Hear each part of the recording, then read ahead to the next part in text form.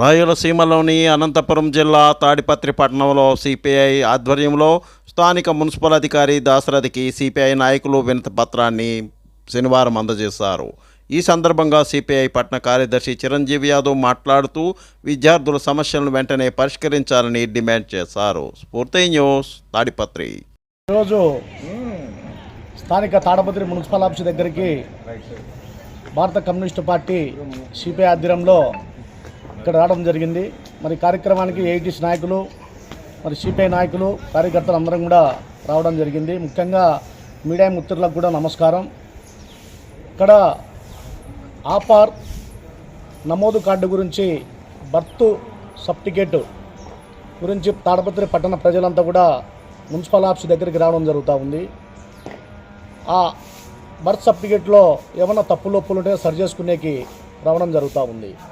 మరి ఇక్కడ ముఖ్యంగా బర్త్ సర్టిఫికేట్ గురించి ఒక సెంటర్ ఉంది. మరి ఒక్కొక్కరికి పని జరగాలంటే కన్నా వారం 10 రోజులు 15 రోజులు కూడా పడుతూ ఉంది. రేపు రండి మొన్న రండి. ఇక్కడ జనాలు ఎక్కువ ఉండడం వల్ల వాళ్ళు పనులు విడిచిపెట్టి తల్లిదండ్రులు రోజు రావడం జరుగుతూ ఉంది.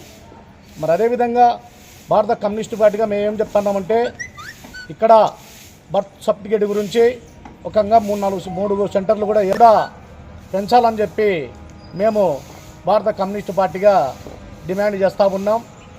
అదేవిధంగా టౌన్లో ఆధార్ కార్డు సెంటర్ల దగ్గర కూడా ఒక దోపిడీ జరుగుతూ ఉంది. ఎందుకంటే అక్కడ రేట్లు ఎవరితో పడితే వాళ్ళతో 200, 300, 500 వసూళ్ళు చేయడం జరుగుతూ ఉంది.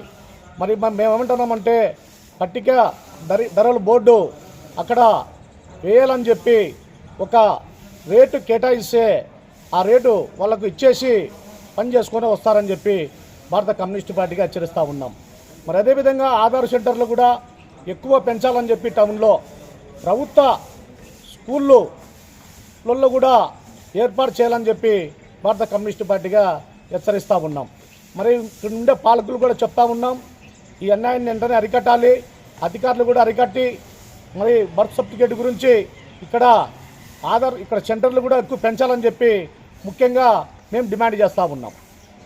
క్రమశిక్షణ, కఠోర పరిశ్రమ, మంచి గుణాలు మనిషిని ఉన్నత స్థాయికి తీసుకువెడతాయని పార్వతీపురం మండ్యం జిల్లా వైఎస్ఆర్ కాంగ్రెస్ పార్టీ అధ్యక్షుడు శత్రుసర్ల పరీక్షితరాజు అన్నారు. శనివారం నాడు మండ్యం జిల్లా జియమ్మవలస మండలం చినమేరంలో భగవాన్ శ్రీ సత్యసాయి భజన మండలి ఆధ్వర్యంలో సత్యసాయి బాబా 99వ జయంతి వేడుకలను ఘనంగా నిర్వహించారు.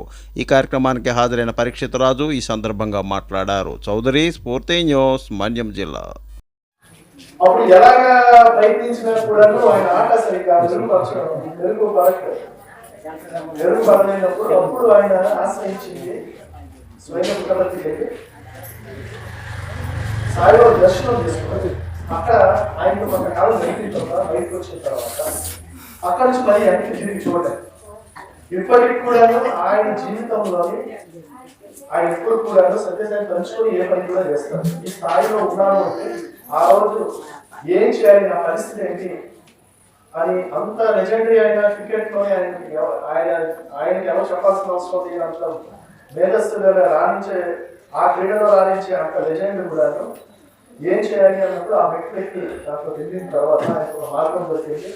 ఈరోజు ఈ స్థాయిలో ఉందంటే కాకినాడ జిల్లా ఎస్పీ విక్రాంత్ పాటిల్ ఆదేశాల మేరకు కాకినాడ రూరల్ జిల్లాలో డ్రంక్ అండ్ డ్రైవ్ కార్యక్రమాన్ని నిర్వహించారు. కాకినాడ రూరల్లో తిమ్మాపురం పోలీస్ స్టేషన్ సిబ్బంది, ఎస్ఐ, ఏఎస్ఐలతో పాటు సిబ్బంది కూడా ఈ కార్యక్రమంలో పాల్గొన్నారు. సతీష్, పూర్తి న్యూస్, కాకినాడ.